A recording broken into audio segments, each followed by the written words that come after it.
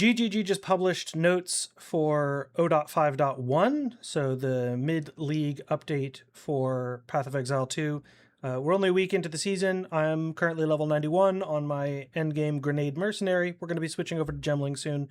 But the more interesting changes than the endgame balance and bug fix changes to me are changes to the leveling meta, and mostly to the spell leveling meta. There are a couple of things that got buffed for infusions if you want to pause the video and read here, or I'll leave a link to these patch notes in the description down below this video. But one of the changes that's the most impactful and frankly shocking changes that they could have made, pun intended, is a change to the elemental attunement supports, cold attunement, lightning attunement, fire attunement, which are no longer limited to supporting just attacks. Now, I don't know, because the servers aren't back up yet, whether or not they just grant gain or if they grant gain and the same penalty as before, which is gain 25% of lightning, deal 50% less fire and cold. But if we'll go over both cases and we'll have an answer in a little bit, so check the pinned comment, and by the time that the servers are back up, we'll know the answer. There are also some changes to what I'm going to call the ancillary supports for Element. Ice Bite support can now work on spells, and Innervate support can now work on spells. The more exciting one of these at super low levels, from an offensive perspective, is the changes to Lightning Attunement and Innervate. But if you're like a hardcore player who wants to add Cold Attunement and Ice Bite supports to be able to get access to cold gain and to chill enemies so your fights are a little bit easier during the campaign, especially during the second half of the campaign, more power to you. So I've grabbed some snips here and we can talk about things. But the first thing is I just want to go over this one more time.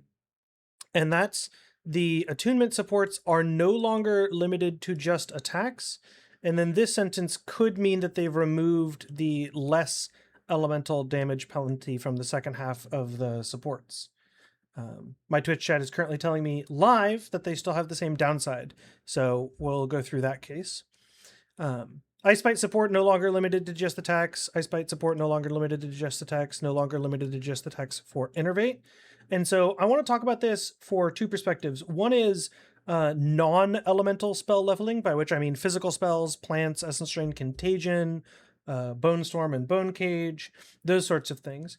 So I went and grabbed a known good leveling build, Dead Rabbit's Plant Lich, just as one example, but this applies to other plant-based builds and other physical spell builds if you're interested in something else. So if you're playing like Rax's Plant Oracle, or if you're cooking something yourself on Witch or Druid, just know that this applies to you as well. But just as a common, well-tested, and popular example, here's the mid-campaign, late Act 3 progression recommended by my friend Dead Rabbit, and you can see that his bossing skill, Bone Storm, has a support Brutality. And what Brutality does is it deals 30% more physical damage and deal no elemental or chaos damage. If you now replace that with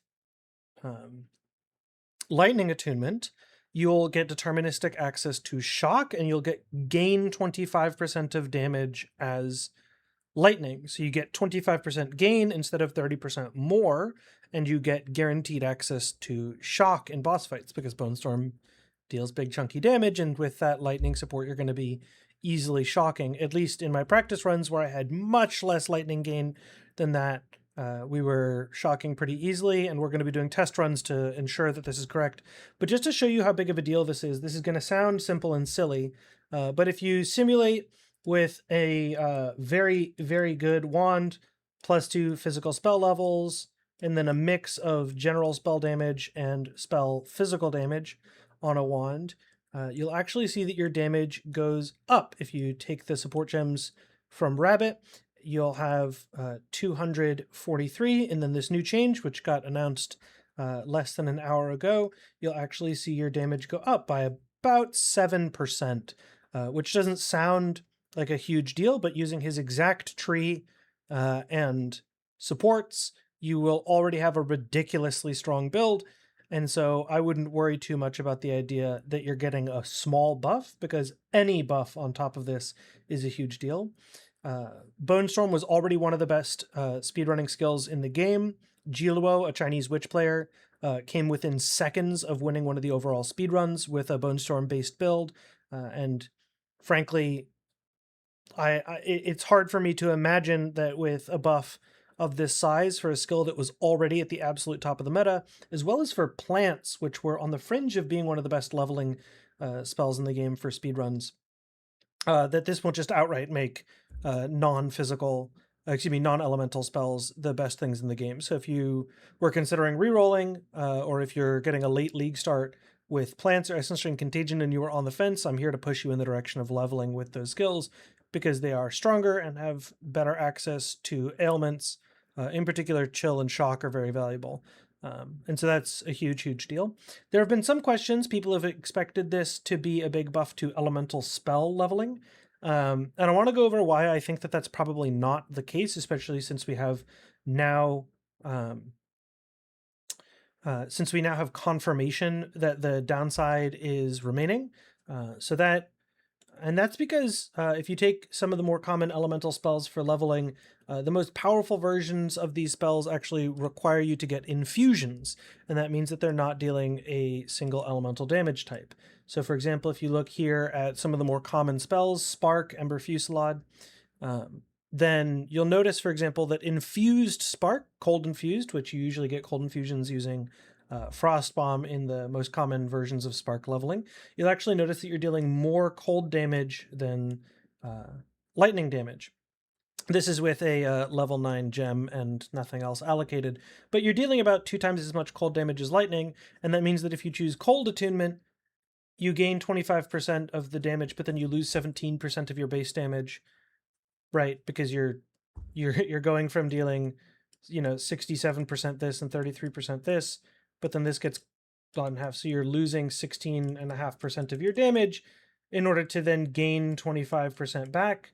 And that means that the support gem is on the net giving you like 9% more damage, which is not very strong for a support gem. You can easily get support gems that give you 20 or 30% more.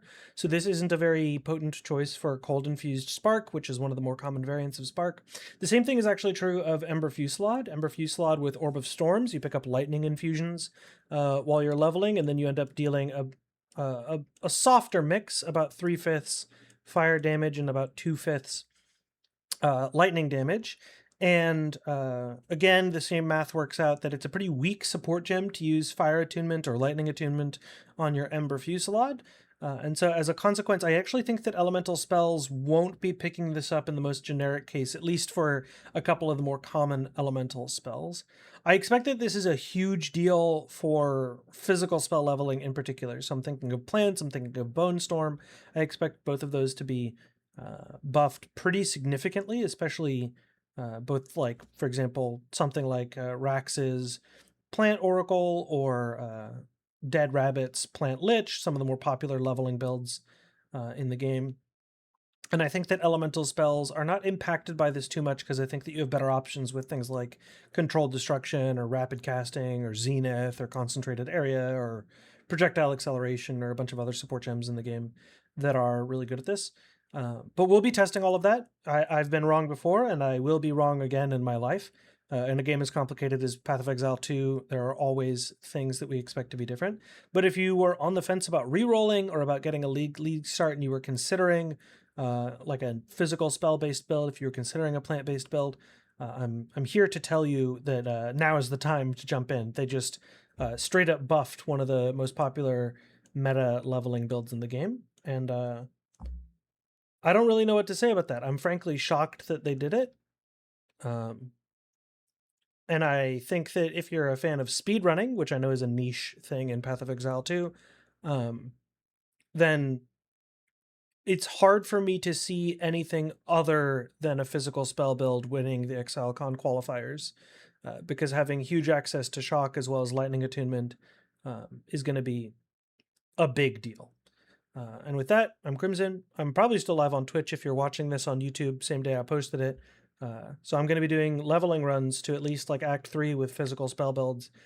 And we'll be feeling it out. And ask me in a couple days when we've had more chance to test. Stay Exiles.